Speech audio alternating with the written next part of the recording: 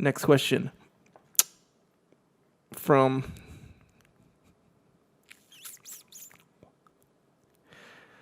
what honeybees do. when it's all one word, it's just it's strange. Okay, what honeybees Good thing do? you're not on the decoding Because here. it could be like watho, ni, beesdo. No, it can't be that. Yeah, it it's could. what honeybees do. You never know. At All what right, honeybees do. What the honeybees do. What Actually, injuries? it's just what honeybees do. Not the honeybees. All right, there you go. You get a third chance. What injuries have you gotten, and how did you adapt? So, obviously, active lifestyle, growing up and spending my life in the SEAL teams. Ton of injuries from everything. I've had MCL tear, sprained ankles, shoulders, wrists, lower back, elbows. But the most serious actual injury that I had was I had neck surgery. Mm-hmm. So I had a foraminotomy in my neck, which is they go in and they scrape some bone away from the foramen, which hurt bad when they did it. But it's been really good. I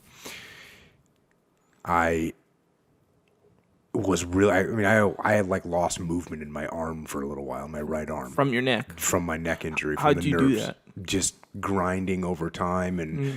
And I remember there's one part of SEAL training where you're carrying these boats on your head, which is not that big of a deal. But then the instructors would jump from boat to boat. So you get these 200-pound instructors, and they're just jumping. The boat's on your head, and they're jumping from boat to boat. And I remember an instructor jumping into the boat and landing pretty much where I was. And I remember hearing a grinding noise in my neck. And of course I was 19 years old, so I didn't care. Bring it on. But they don't do that anymore. They actually don't jump from boat to boat anymore, which is cool. They shouldn't, because it's not good for you. So, but anyways, with all these injuries, whether it's MCL tear, whether it's high ankle sprains and all kinds of ligament damages in my ankles and my lower back, which I've injured a few times, almost all muscular there. What I do is I do the same thing with all of them, and that is I do whatever I can. When I hurt my knee and I couldn't squat, I could do like a quarter squat. I did a quarter squats. I'd go out the garage and I'd stand there with no body weight and just do quarter squats and get the blood moving. And then I'd try and do my other body parts and, could do pull-ups still. And so I did dead hang pull-ups because I couldn't even move my knee to kip at all. Right. So I did what I could there, So you can't do ring dips, do regular dips. If you can't do dips, do push-ups. If you can't do push-ups, push off of a wall. Whatever it takes to get something done. You can't lift that 40-kilogram kettlebell, lift the 24-kilogram kettlebell. Just do something, move, get the blood in there.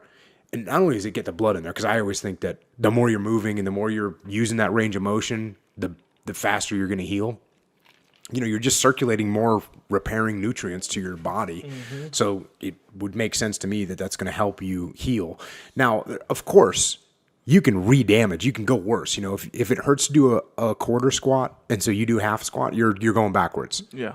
So you want to stay within the range of motion where you're not re-injuring it or making it worse. Mm-hmm. So don't be stupid, but do get the movement going. And also, I don't know what I would do mentally if I couldn't do anything at all. Mm-hmm. Now, when I hurt my neck, though, I was laid up. I didn't think I was going to be. I was just going to power through it like a tough guy. Yeah, no, I was laid up with my head and it just hurting. Mm-hmm. But I'll tell you, as soon as I could get up and start trying to walk around, I did it. And like I said, try to stay sane.